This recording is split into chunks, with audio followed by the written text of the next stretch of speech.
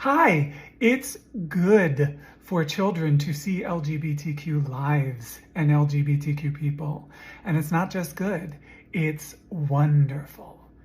We spend so much of our time fighting bigots like this and screaming, it's okay to show children LGBTQ lives.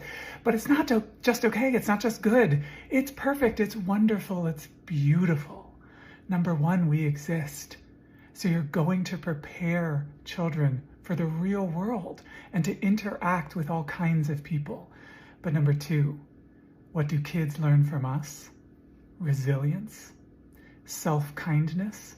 They see adults who have been beaten down, made fun of, and who still choose to bravely be themselves.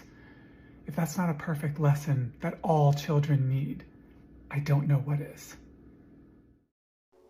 Mr. Madison, the right thought. Welcome to the School of Marvelous Life. So did y'all see that? And hear that? This is what Abba wants us to do when we judge righteous judgment. He wants us to be able to see things for what they are, to call them out for what they are.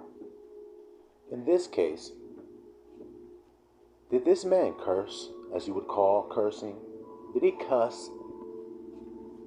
Did he use harsh language or abrasive, strong words?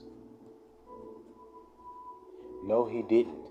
So do you believe that Abba was pleased with what he had to say?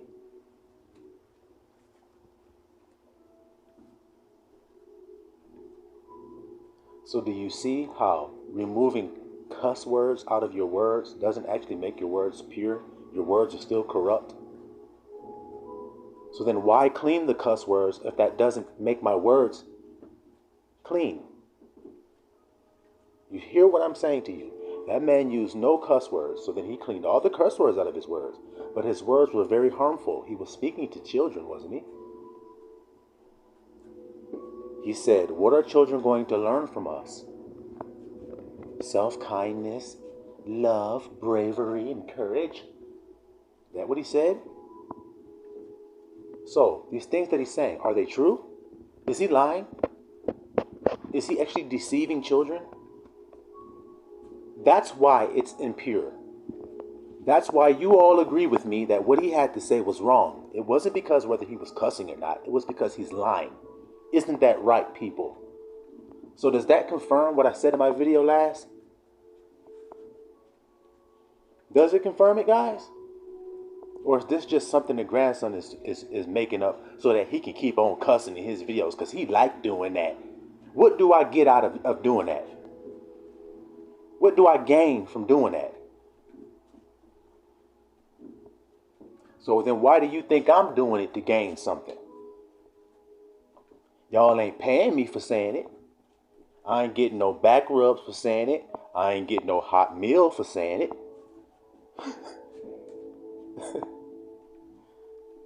I know who I'm talking to when I'm talking. I know who I'm talking to when I'm talking. Just like that man knows who he's talking to when he's talking. But y'all will say, well, grandson, we shouldn't listen to you because you said fuck and whore and damn and bitch. But did I tell you the truth? Yes. Okay, that guy didn't say fuck, damn, bitch, hoe. He didn't say any of that. But was he telling the truth? Or was his words corrupt? What would you say? So then how are you saying his words are corrupt and mine are corrupt? That means we're saying the same thing. Are we saying the same things? Or do I speak against what he's saying? So then I won't sound like he sounds. I won't sound smooth. Can't you see the righteous judgment of that? I'm going to sound harsh. I'm going to use harsh language. If I am what I am.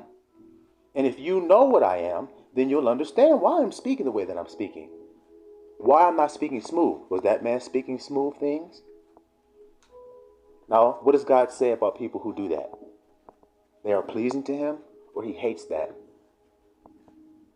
What do you think?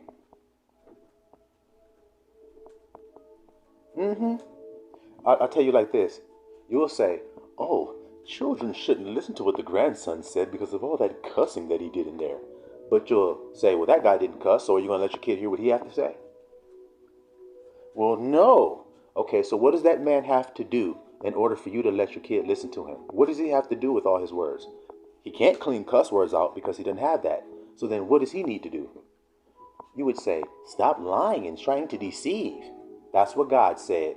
That's what the new man does. That's obviously the old man, ain't it? Led by the red, obviously, right? Yeah, that's why the red is the top of their flag. Because they're led by the red. You see that? That's their head. Red is their head. Christ is ours. See the difference? He said, you are children of your father who was a murderer, a liar, a deceiver.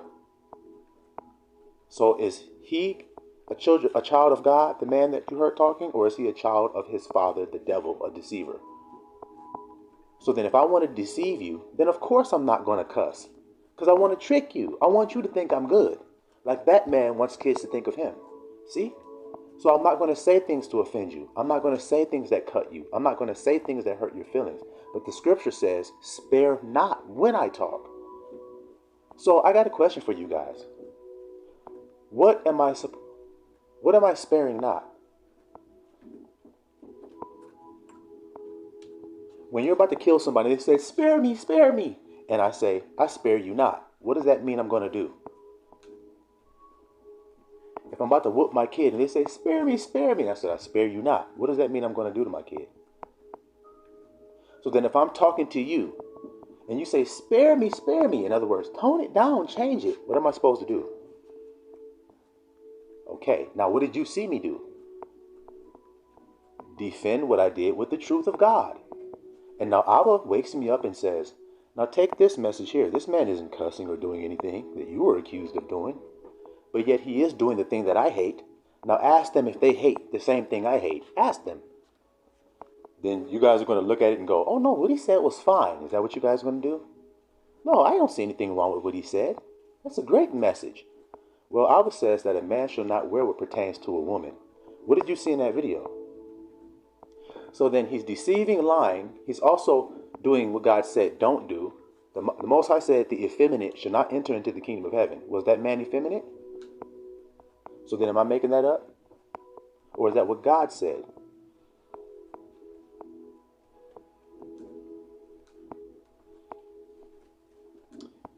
It may not make him feel good to hear that though, right? But if I love, then won't I tell him that? God says the effeminate won't get into the kingdom of heaven, brother. Do you want to go to heaven? Yes, I do. Okay, well, the feminine can't get in. Most High don't like people confusing genders. He made them male and female. And that's all he made. I don't want to hear that because I don't believe that. Well, then you can't enter into truth. So then everything you say is a lie. You can take all the cuss words out. You can talk like this when you speak to them because you want to deceive them, to make them think that I'm harmless. I'm only here to do you good. Is that what you guys believe that that man is there to do? To do good? That's what you think? But y'all would think because of the way I sound that I'm the one who's not the one here to do good. Because I'm the one here to harm with my words and to hurt feelings with my words. I told you the world goes along with their feelings. So if everybody's led by their feelings, then would they like if their feelings get hurt? Now, does the truth hurt feelings? That's all they hurt. I mean, that's all it hurts. It's feelings. That's all it hurts. You want something, your parent says no, your feelings get hurt. You know that it's nothing wrong with what they said. It's just that you don't like it. Well, that's the same thing when I say no effeminate man is going to get in. No effeminate man. You know good damn well what you're doing is wrong. But you just don't care because you like the way it makes you feel. That's everything in life, guys. So why is this any different? An alcoholic, he drinks for the feeling, or else he wouldn't drink. A drug addict takes the drugs to obtain the feeling, or else they wouldn't take the drug. A sex addict feels the feeling of the sex because it gives them that feeling. So obvious. People chase feelings. When you worship feelings, you're being led by the red. Because feelings are fleeting in their vanity. You feel it, and then it goes. You have to feel it again, then it goes. And you have to feel it again, then it goes. When did you ever feel it and it satisfies you? Because eternal means I felt it and it satisfied me. That's what's valuable to me. So why would I chase something that's valueless? Because I've been deceived by somebody who used smooth words when they talked to me. It made me feel good about self-respect and self-love and being brave and courageous. Being brave is keeping Abba's commands.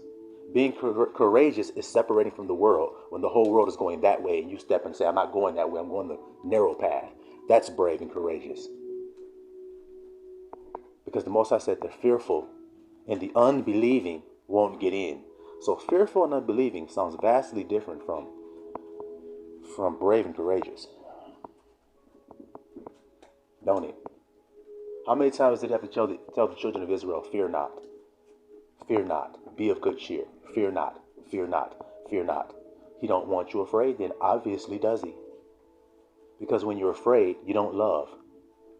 They don't mix in your house together. Fear and love can't be in your same house. So if you got fear, there's only one thing that can remove it, and that's perfect love. You have to love yourself perfectly without judgment. Then you won't judge your brother. Because if you don't judge yourself, then if you love your neighbor as yourself, then are you judging your brother? So then when I talk, I don't judge myself for how I talk. Because I know what my intention in talking is. And God judges the intents of my heart. Don't you hear it? He doesn't judge by what he hears with his ears. He told you all that. But y'all still judge what you hear with your ears. Well, then you're not like God then, are you? And you can be deceived by guys like that dude I just showed you. Correct? Y'all let that be that. Shalom, Mr. Allah.